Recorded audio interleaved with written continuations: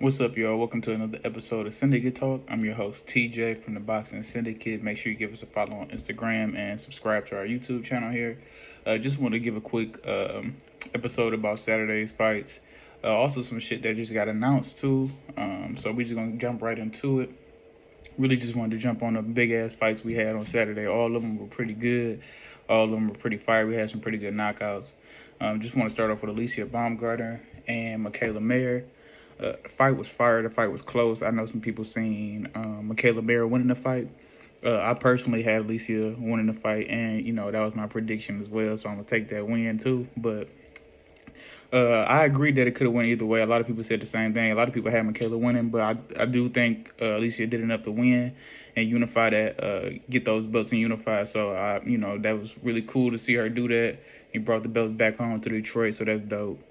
And then, next up we got Claressa Shields and Savannah Marshall. That was a good fight too, man. That was all action.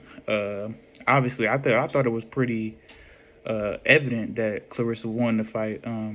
Savannah Marshall did control the ring a little bit. She had her in the ropes and in the corner a lot, which was it was irking my nerves, man. I really wanted Claressa to get off them ropes and get out that corner, but Claressa was throwing bombs and landing a lot. Savannah did well too. She tried to use her size to her advantage. It just wasn't enough for Claressa, man, to go. She is the best women's boxer in history in my eyes, for sure.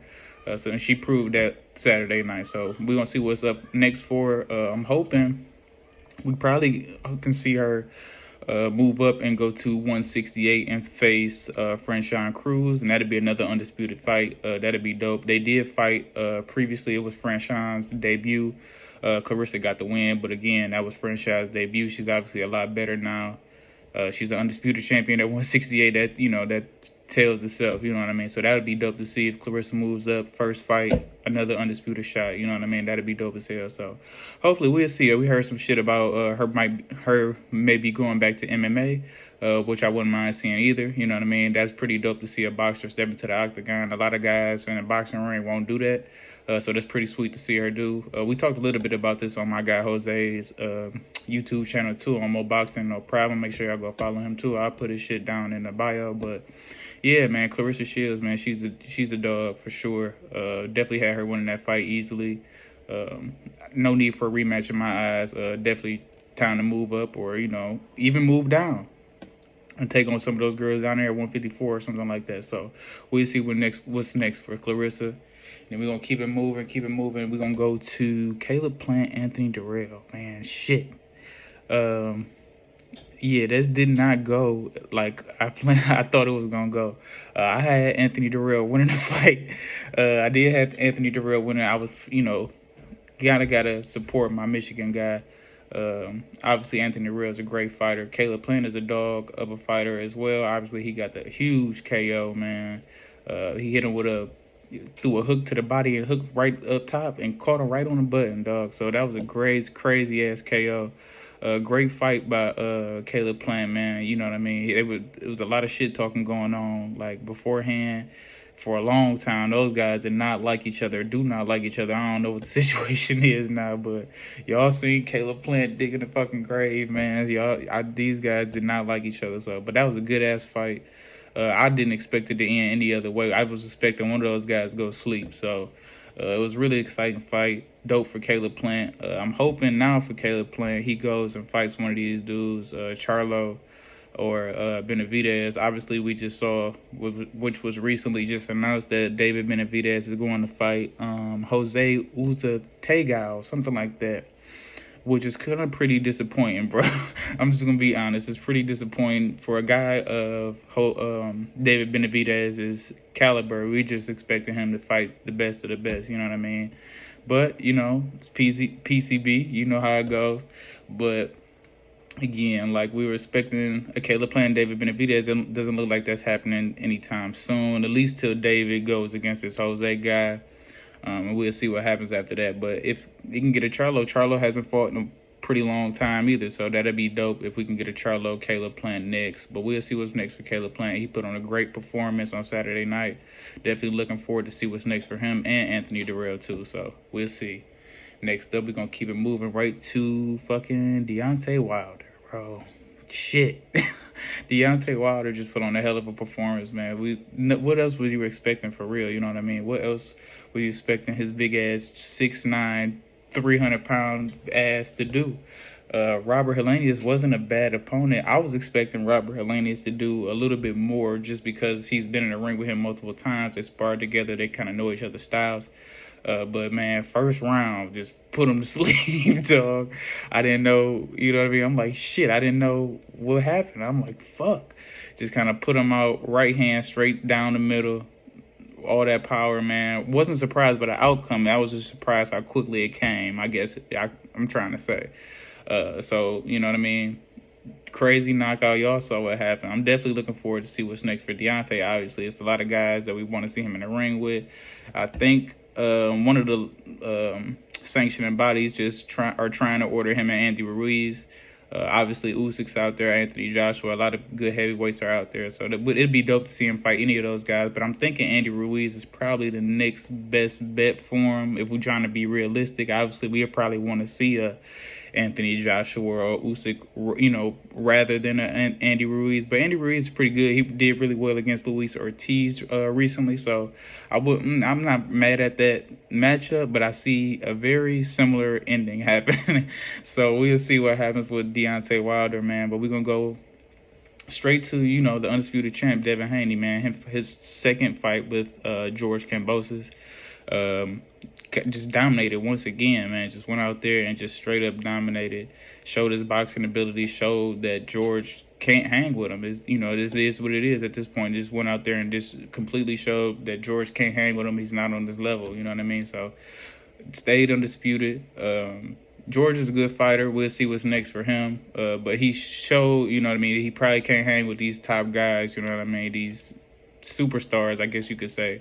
You know, but then again, the guys like Devin Haney, Shakur Stevenson, Jerron Ennis, Tank Davis, these are guys that don't come along too often. So, you know what I mean? It's nothing to hang his head about, you know, for George Kambosos. But for Devin Haney, definitely looking forward to see what he's going to do. I think he said he wants to stay at 135, so we'll see what's going to happen next. I'm thinking a Lomachenko is the most reasonable and realistic fight for him to happen next. Obviously, we would want to see like a Tank Davis. Don't think that's going to happen.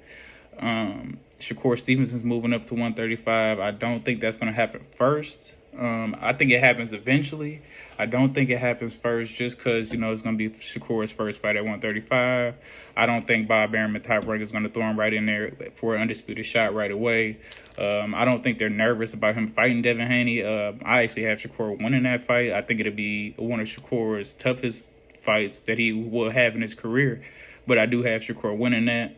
So I don't think they're nervous about him fighting Haney. I just think they're not going to want to throw him in there for an undisputed shot, new weight class right now. So that's definitely understandable. I do think he's going to face a top guy. Don't know who that's going to be. Could be Isaac Cruz. Could be, you know, never know. I wouldn't mind seeing Isaac Cruz. We talked about that too on Jose's podcast. But you know, a guy like that applies some pressure to Shakur, that'd be dope.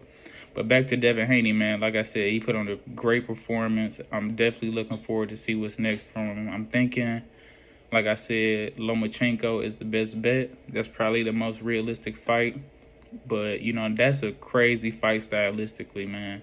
With Loma's footwork and then obviously Devin's boxing IQ, that clash should be dope as hell. So I'm definitely looking forward to seeing that if it happens. So we'll see what Top Rank does, man. I think that's a fairly easy fight to make. But yeah, we're just getting to now a little bit of some shit that got announced. Obviously, we talked about David Benavidez and Jose Uzcategui. I think I'm pronouncing that right.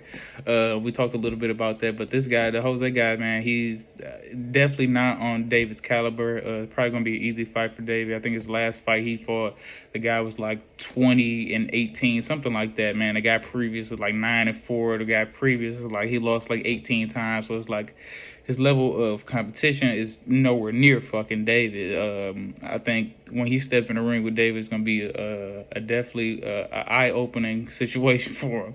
So I definitely think this is about to be a runaway fight for David. Don't know why they keep doing this. PCB, I don't know why they keep doing this, making these crazy-ass matchups, but we'll see what happens next. Yeah, the next fight that I saw that got announced was Josh Franco and Kazuto Ioka. That'd be dope as hell. That's for the WBO and WBA to unify. That'd be dope as hell. Josh Franco, definitely coming off his trilogy with Andrew Maloney. Ioka's coming off a win as well, so that's definitely a dope matchup. Two at the top in the super flyweight division. That's gonna be dope as hell to see. And then, man, I think my favorite that I'm looking forward to is Josh Taylor and Jack Catterall. That shit, I had Jack Catterall whooping Josh Taylor's ass the first fight. And I think they just did him really wrong by giving Josh Taylor that win, man. So I'm so happy to see that Jack Catterall is getting his opportunity to get the rematch, but it's not for undisputed. You know what I mean? So that's kind of fucked up, but he definitely gets the chance to get a rematch if he gets the win. You know what I mean? I think he'll get a shot at something. You know what I mean? He'll get a shot at something at 140. So we'll see. You know what I mean? At 140, there are some belts still available. So I think, he'll definitely get a shot at one of those once if he wins against Josh Taylor the second time around. So I'm excited to see what happens next. But that's all I have for y'all today, man. Thank y'all for listening. Thank y'all for watching. Subscribe to us on YouTube here. Follow us on Instagram at The Boxing Syndicate and on TikTok at TBS Boxing. Thank y'all.